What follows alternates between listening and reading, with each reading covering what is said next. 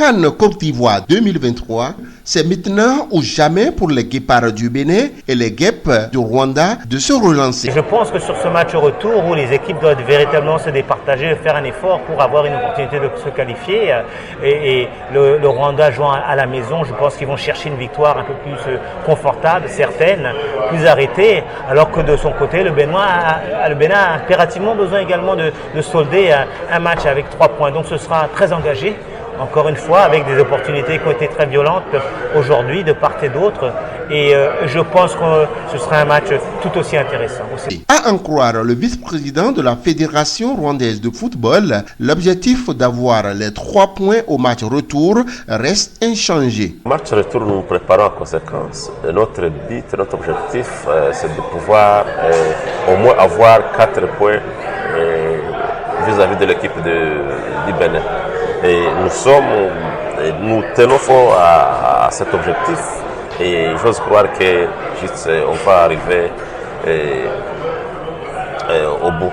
Pour Serge Lamari Mongbe, la victoire béninoise en terre rwandaise n'est pas exclue. Mais pour y arriver, certains réglages sont nécessaires. Une vocation offensive, puisque de toute façon il faut marquer avec un système qui peut jouer peut-être avec 2 attaquants, avec un milieu de terrain renforcé, avec un déploiement de flanc droit, on va dire ça, qui était un petit peu triste, un petit peu timide en première mi-temps, mais qui s'est réveillé en deuxième mi-temps. Un travail qu'il faisait essentiellement à travers les excentrés gauche.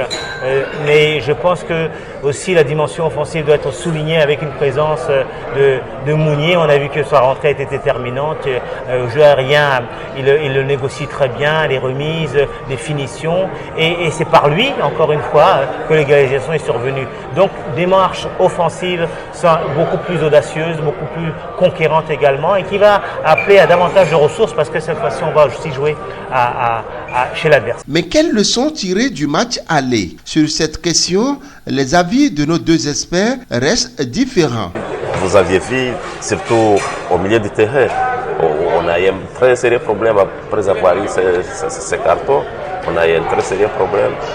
Et fort heureusement, notre défense, vraiment, la défense était musculeuse. Elle a essayé d'arrêter. Et puis vos garçons aussi avaient un speed là très agressif. Mais fort heureusement, on n'a pas tombé en échec. Une appréciation plutôt mitigée dans le sens où on avait une première mi-temps qui était quand même plus dominée par l'équipe du Rwanda à travers les opportunités qu'ils ont créées, et au bout de la 12e minute, à travers une très belle passe en verticalité, a permis à l'équipe nationale du Rwanda d'ouvrir le score. Bon, à partir de là, bien sûr, le Bénin a dû se découvrir, s'avancer de façon beaucoup plus offensive.